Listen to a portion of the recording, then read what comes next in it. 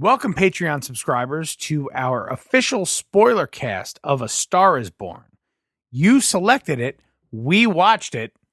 Some of us twice. Here is your Spoilercast for A Star is Born. So let's go on record. Let's just start this off. Let's just address the elephant right in the room. The reason why this movie was... Is there an elephant in the room? There is. His name is Maurice. He's very nice. Maurice.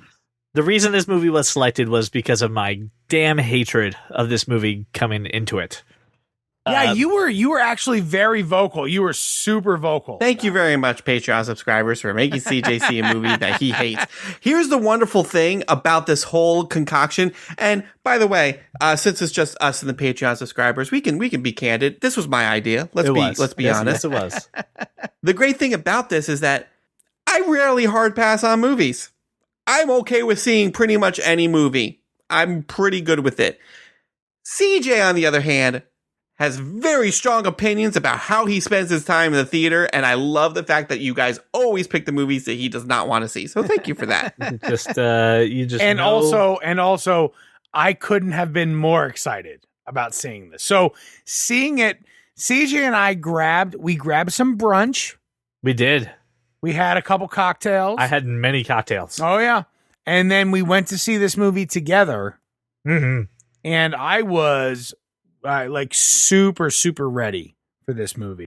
But I'll let CJ give his first impression. Well, before we do first impressions, for those who may not know what A Star is Born is about, it is a remake of a remake of a remake. 37, 54, 74. Is that about right? Yeah, some woman I can't remember, Judy Garland, Barbara Streisand, and now Lady Gaga. So essentially, Bradley Cooper plays a very famous musician named Jackson Maine. He discovers and befriends a Lady Gaga who is playing Allie, and helps her kind of find her voice and find fame. Meanwhile, Bradley Cooper's life is going into shambles. Down. He's just due to alcoholism and Yep. other things that we'll discuss. And that's the premise of the movie. This is Oscar bait all over the place. Let's just call it out right now. The reason it's gotten released in October, it's Oscar bait. So let's just get that out of the way. I mean, you're saying it's Oscar bait, like it's Oscar bait, and you don't buy into it? You're saying that like it's a bad thing, right? Like I don't I'm think saying it's Oscar bait in a bad way. Like This wasn't like pandering to the Academy. no, I don't think it was at all. This isn't like the artist. But I'm saying it's something like Oscar that. bait in the fact that it's first off, let me also give the disclaimer. I've never seen any of the other versions of A Me Star is neither. Born. Me neither. Okay. So I had no idea what to expect. Right, me neither. I'm saying it's Oscar bait in the form that it's extremely predictable because I know what the Academy's looking for and I knew exactly how this movie was going to turn up. Well, of course you knew how it was going to turn out. I'm just saying. This was directed by Bradley Cooper. He helped write it with Eli Roth and Bradley Cooper. Eli Roth? The guy who makes like Hostel and all those other horror movies? Helps if I can read. Eric Roth. Oh, okay. I was about to say. Eric Roth, Bradley Cooper, and I just lost the third guy, Will Fetters. So, first impressions, I think we were going to go to CJ. Yeah. I was... So here's... Okay. The remake of the remake of the remake thing aside. Fine, whatever. My real reason for going so aggressively and non-open to this movie at first was Lady Gaga. When she was cast in American Horror Story, which is one of her first like big time acting gigs, it was stunt casting. It had nothing to do with how good of an actress Lady Gaga was. It was, this show is going down just a little bit lower than we wanted it to be. Let's cast somebody that will just draw a shit ton of attention, Lady Gaga. And there was a lot of crossover, and that was fine. I am not a fan of Lady Gaga's music until I saw this movie. And I was really worried that it would just be way too Lady Gaga and I wouldn't see the role. I would just see Lady Gaga being Lady Gaga. I was wrong. I was very wrong, and admitted it to Josh immediately, sitting next to him. Both of us having emotional reactions to the film. Oh, for sure. And was just blown away by everything about it. The performances. Josh and I am sure he'll echo this, the supporting cast was fantastic, but basically comes down to this: final impressions. I was wrong. This movie is fantastic. I highly recommend it, and we'll talk more details as to why I feel that way in just a bit.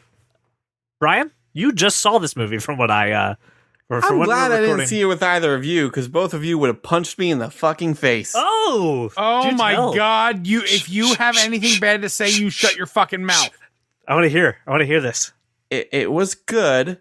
I would never say it was fantastic. Oh, it's so much. It's a very good movie. It's a very good movie.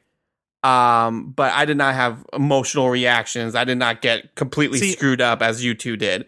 I don't have anything bad to say about the movie. Right. I'm just saying I didn't have the emotional reaction you guys did. I got out of that theater. I was like, oh, that was a very good movie. It's clearly going to get nominated for a couple Oscars and probably will win maybe one or two. It definitely will win like song. Oh, for sure. The original for song. sure. Yeah.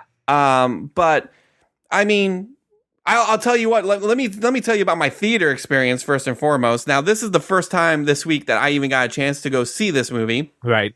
7:15 on a Friday night, and I'm pretty sure I was the only person in the theater who was under the age of 45. Yeah, I'll give you that. So it was an interesting experience for me because I looked before the movie even starts. I thought some old lady was going to strangle me before the movie even starts. You mofos are texting me, so I look at my phone real quick, and like the last trailer's wrapping up, and I see some bitch from 3 seats down give me the freaking side glance like, you better put that goddamn phone away. And I'm like, I'm sorry, the movie's not even started. Calm down. All right. It's not like it's okay. It's okay. It's all right. I get it. I don't like having phones in the theater. I'm putting my phone on do not disturb. Let me do my thing. Calm down, old lady from 3 seats down. But yeah, I mean, it was a good movie. I had strong performances. Well done. Music was great. I mean, I didn't bawl. I didn't ugly cry. I mean, okay, it was good. All right, now I got to turn this over to the opinion that you're all been waiting for, Josh. You saw this movie twice. I did. I saw it with you last Sunday. I was super emotional throughout the entire movie. It basically, from the moment Lady Gaga jumps on the stage with her giant voice, I'm a bucket of tears.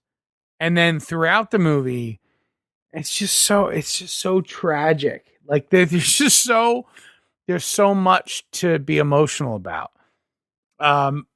But seeing it a second time and knowing what's coming makes it worse. It makes it exponentially worse. Like, just even sadder, if that's possible. And I'm sitting in the theater today watching it, knowing I'm being a complete idiot, crying for no reason, knowing what's coming, but the other people don't, right? Right. So, and Brian's right. And I think I texted you guys this. I was the youngest person in this theater by like 20 years. It wasn't even close. It is an incredibly sad story and very moving. The music is so on point from both Bradley Cooper and Lady Gaga. It's so good. Their performances are great, and the Bradley Cooper emulating Sam Elliott. Oh yeah, is really something special. It really is. And I understand this movie has been remade 3 times now. I get it, and everybody's kind of it's remade 3 times. Fine. That was my argument. I mean, it was the 4th remake. But this dude, like Bradley Cooper, wrote and directed an amazing film here. I mean, really, really did a great job. And it's not about like the subject matter in particular. It's just a really good movie. And I think I'd be remiss if I didn't mention Andrew Dice Clay. Yeah, shit. Can we talk about that? Because you and I both, when we were watching this movie together, were like, the supporting cast: Dave Chappelle, Andrew Dice Clay, Sam Elliott, like they were all fucking great. And I was, when Andrew Dice Clay came on the screen, I didn't recognize him. until I you legit had no idea that was who that was until you just said it. And he was no. He came on. I didn't know he was in the movie either. He comes on the screen. I turn to CJ. I go, "Fucking Andrew Dice Clay." Yeah. As soon as I saw him, I knew. I mean, of course, I knew who he was, right? Because I'm a Dice fan. But like, he did such a good job. Like this scene, it's him and I don't know the guy's name. I'm sorry, Steve from Deadwood. They're carrying Bradley Cooper's drunk ass into the shower, and I'm losing my shit. Because Andrew Dice Clay he's this girl's father, and he's concerned about the man she's chosen to spend her life with. I'm losing my shit because obviously he has a past, and they did such a great job of telling the story about Dice's past. Yeah. I don't know his name. It doesn't even matter. Her father's past. Lorenzo. So they tell his story without telling his story. I mean, the guy was a drunk. He was a drunk. Yep. But they don't show you. You don't need that. But you get it through context, and it's written so well. And he was a guy who gave up on his dreams rather than pursuing it, right? Everyone told him he was the young Frank Sinatra. But all of this stuff is fucking told. Nothing with it. It's all told without showing it, and it's so well written. Yeah. This movie is, Brian, it's really, really, really brilliant. It really is.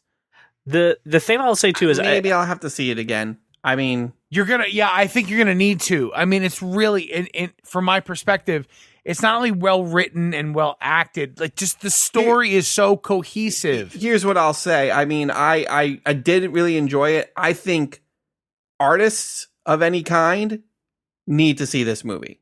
Oh, like, yes. Right. Yes. I texted Cassie and I said, you really need to see this movie. 100%. If you don't have a time to see it, I will take you to see it. You need to see this in the theater. Yeah, it's just like those people should also see La La Land. Not because La La Land is so great, just that story is really emotionally connecting. No, but it's that like the end of the movie when Sam Elliott is talking about an artist would just, he would describe 12 notes within an octave and over and over and over. Right. And it's what you do. It's what you do with those 12 notes that makes you an artist. It's just so unbelievable. Yeah. And it's so profound. It's just it seems like it's ridiculous to say, but god damn it, it was so good. The thing that I also came into with this movie was I saw the Judy Garland version of this and was familiar with the Barbra Streisand version of this movie. So I knew the ending was coming. And the ending is different depending on those two movies too. So it's not one for one, but the end result is the same. For Barbra Streisand, this was a big jump in her career. Before that, she was doing mainly musicals and big movies, but not in a way that actually mattered. A Star is Born, I think, really projected her, which got her all the way to Yentl, right? Which got to Papa, Can You Hear Me? Do you want to build a snowman? Sure. And it really just threw her career back on track to where it was going and just took her to a next level. Judy Garland's story was a comeback, right? It was just taking a lot of time off of Hollywood, not having any hits. The Wizard of Oz, The Wizard of Oz, The Wizard of Oz, The Wizard of Oz, The Wizard of Oz. Star is Born said, I'm not just a one-trick pony. Very similar to the character. This is a launch pad for Lady Gaga. And Lady Gaga, I think that's what we talked about too, Josh, is that this is a launch pad for me to go, oh God, she's an actual actress. Dude, she was and not just the singing. Obviously, I was totally captivated by the singing for sure. Right. But she was fantastic as an actress. And I bought all the relationships that she had with everybody in that film. Yes. And that's the hard part, and that's what I was worried about with her, was that she was going to be really good at her part, but not interacting with other people, not feeding that story, not feeding that narrative. And she did a great job. I'm floored on how good Lady Gaga was compared to where I was expecting her to be. And I mean, Sam Elliott always delivers. Always good. Yeah, he's always solid. Bradley Cooper always solid, but Bradley Cooper was just so fragile and just teetering on the edge the entire movie. Brian, what did you think of Bradley Cooper's performance? We'll talk about Gaga, but what do you think about Bradley Cooper? Knowing what that guy is capable of, how did you feel about it? I think he's an amazing actor. I thought... Did he... The really good thing that he did that I really liked is that, like, for all intents and purposes, I should not like this character in any way. for just the shit storm. Right. Like this guy is a dumpster fire. Yeah. Right. But like there are a couple of scenes where you're He just makes like you love him. You love this guy and you want him to pull through. You want this relationship to work. You want them both to have their happily ever after. Right. You know So everything that he does for her. So that when he hangs himself, you're just sucks. lost. It And does, yeah. There's even scenes. So when she's in the bathtub, right, and they're having that argument, and he called her ugly, or Right, is that what right. he called? He called her ugly, Yeah. and she fucking exploded. It was a moment where, again, Jack's not a great guy, right? He's not a role model. But at No. that point, you're just going, Jack, you're so much better than that. And then when you look back on the evidence, you're like, not really, dude. Like he's really not. He's really better not. than He's that. not that good a guy. But he made you lull into that false sense of, yeah, he is. Right. That moment, you're like, that's so out of character. But you're like, no, it's not. No. This is it's right in line. exactly what is. This is the life that he's lived, Yep. and it's led him to this moment. So that even when it comes to the moment where he does kill himself, it was inevitable from the start of the movie. When we were sitting next to it, we were sitting next to each other. Josh looks at me and goes, when he gets into the car after the first concert and just drinks that bottle, Josh is like, damn, that's fucking hardcore, right? You're just gonna down. All right, fine. And then I'm done the bottle. Can we stop for a drink? Is there anywhere around here we can stop to drink? Josh, like that's another level. That's a whole other level. And the crazy thing is, like, it was the norm, right, for him. Yeah. And then here's the thing. She finds that song written in her that he left in there. And when she showed it to him, that's when I knew it was a suicide note. Oh yeah. And like at that moment, I was super sad. And then that it became his final song and also a suicide note. Even the second time watching the movie, it didn't matter that I knew. Right. It was, I was just ugly crying sad. Because True feelings. I mean, like, the dude wrote his suicide note well ahead of his suicide, knowing it was going there. And he sang it to his wife as a suicide note because that's what it was. I mean, oh my God, it's just so sad. It's so sad, Brian. It is. I don't understand how you don't connect with this. Emotionally. I don't.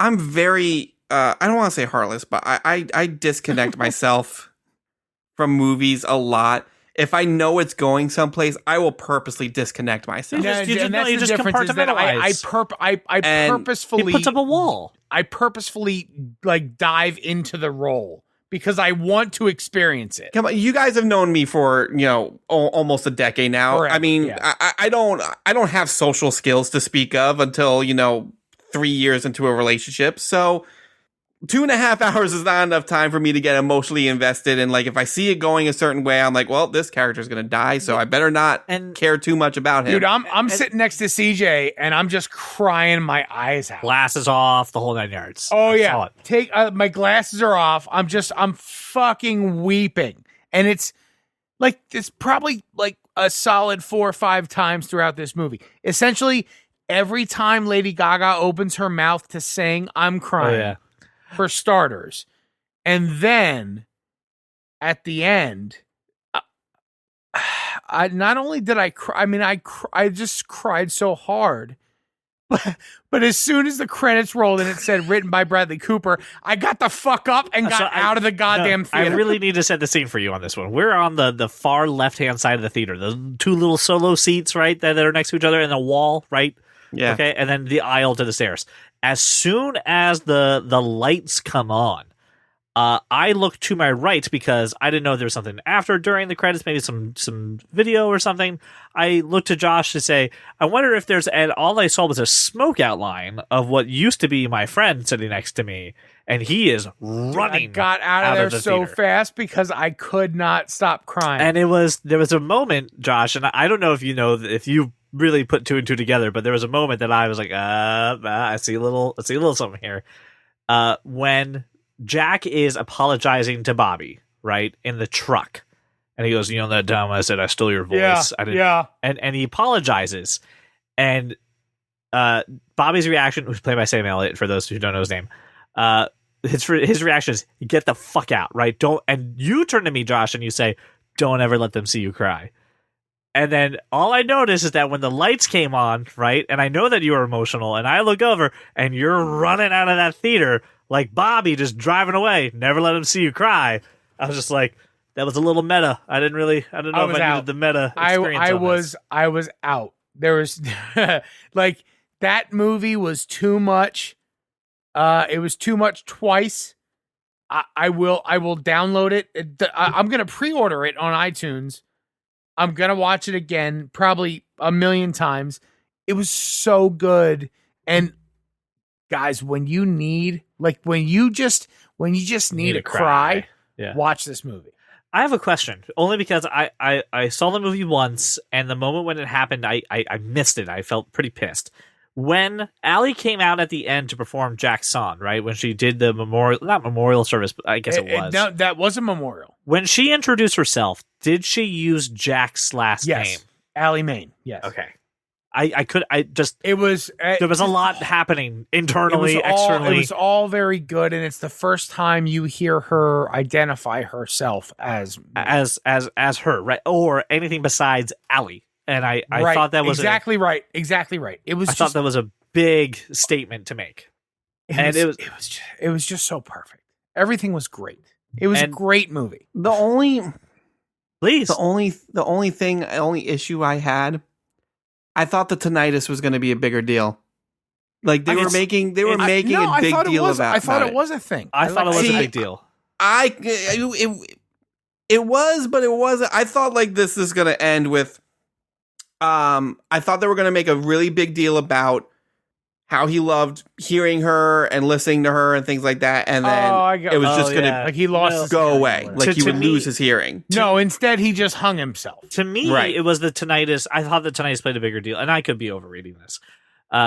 It wasn't so much that he couldn't hear her; it was that he was losing the ability to even hear his own self. Yes, right, and because he only lived through his music. That's where I was with it. Right, and he couldn't hear even himself. He couldn't hear his voice. He couldn't hear his wife's voice. Right. And remember, he described music as 13 notes and an octave. 12 notes. 12 notes and an octave. And a true measure of an artist is what you do with those 12 notes. Exactly. If he's not able to do anything with those 12 notes anymore, that's his whole reason for being alive. And again, Jack is not a good guy. He is selfish.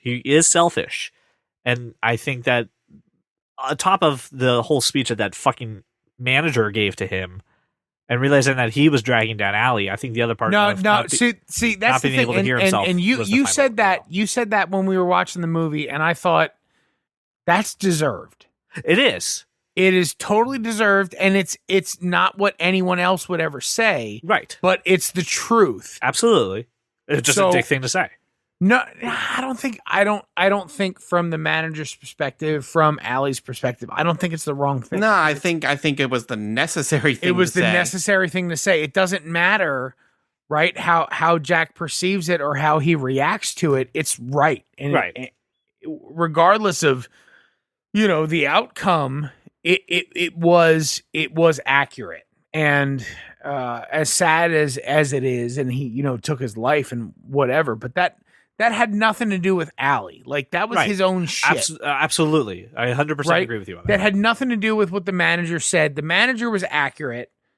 He was for sure dragging her down. There's no question about that. Right. Maybe I didn't explain this correctly, and I apologize. I don't think it was the sense of he was using Allie as like a weapon to tear him down. I think the guy finally fucking turned the mirror, right, and said, "This is really who you are." Right. This is not your perception of yourself. And that's maybe the hardest thing to really take in, is that when you really look and you're like, I'm not actually doing anybody any good. Yeah, it's just not good. I do want to mention one thing. I really want to give good props to the way that they did Allie's story, where it mirrored and had some similarities to Lady Gaga's own actual experience of becoming a star. Yep. But did not overdo it. Did not really go, huh? Well, no, but also you know what I thought was really cool was the progression of the makeup. Her particular look throughout the movie, I thought was really cool. And I like the fact that they end with her back to herself, right? Jack said, "I want you to find when you find yourself again. This song is for you." I like the fact that they brought her back to the nose. I like the fact that they brought her back to the hair color. I like the fact that they brought her back to who she was when Jack met her and when she felt really, really good about herself. The problem is I'll never be able to listen to that soundtrack and not cry. Yeah.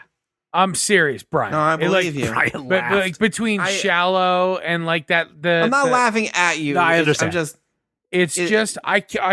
I'll never in my life, as long as I live, be able to listen to Shallow and not cry because it's just so goddamn sad and heartwarming at the same time. Come on. This movie was fucking fantastic. It was really good.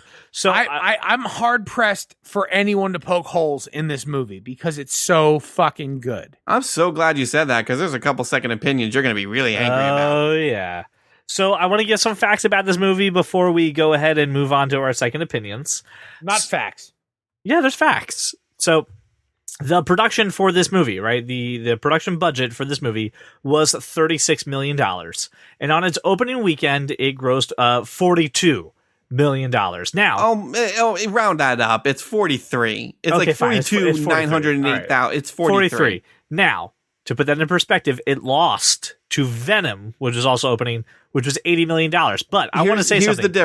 Here's the difference. And here's what I'll say is, this movie came out at the beginning of October. Right. It is now the end of October. I went to see it Friday night to a full theater. That's exactly it. Is still consistently selling out, and I guarantee you, Venom's theaters are empty. And that is where it comes into this with the rating. So Metacritic gave it an 88. Rotten Tomatoes has it at a 90. Critics at 84. And then, again, Brian, you stole my thunder. To put it in perspective, Venom right now is rocking a solid 30. Yeah, this movie has much more staying power financially. It will continue to make money absolutely well into December, whereas Venom will be out of theaters in 2 weeks. The thing that I also want to highlight then is the fact that this is profitable, the fact that it is highly rated and it's doing really well. We're going to see more Bradley Cooper directed movies, and I think he's learned a lot from Clint Eastwood that he's burning to it. So CJ, clearly a good movie. Yes. And you can admit I was wrong.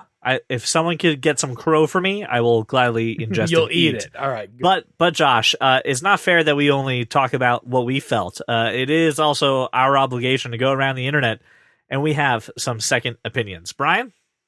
So, Josh, I do want to preface this by saying please do not kill the messenger.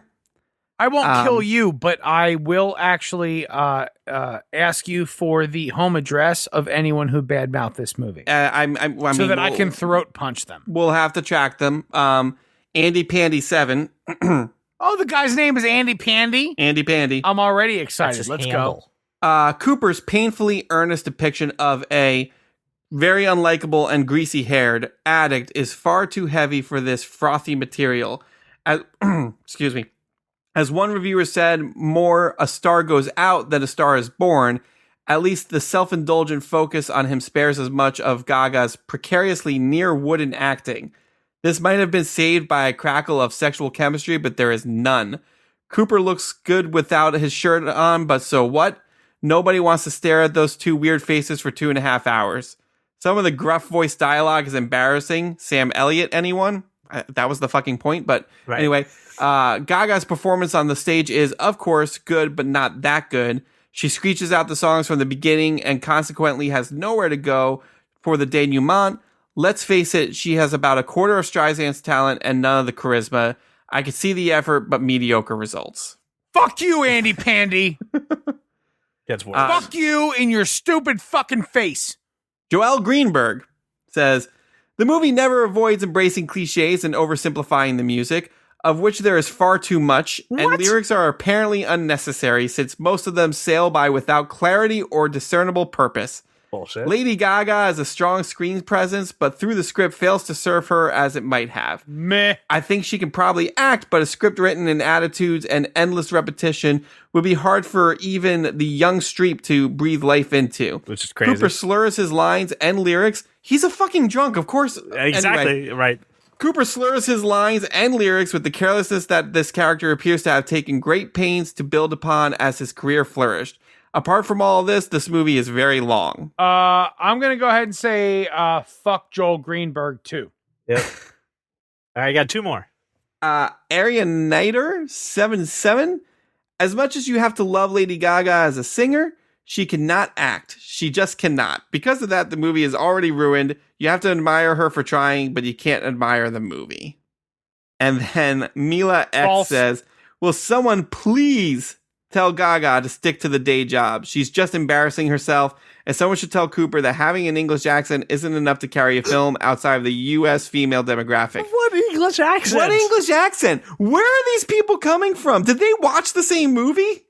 I'm not sure they did, and if they had, they would have been as moved as I was. This is all bullshit. This movie is absolute award fodder. Period. Like, I don't see this movie not winning awards all over the place. I don't think all over the place.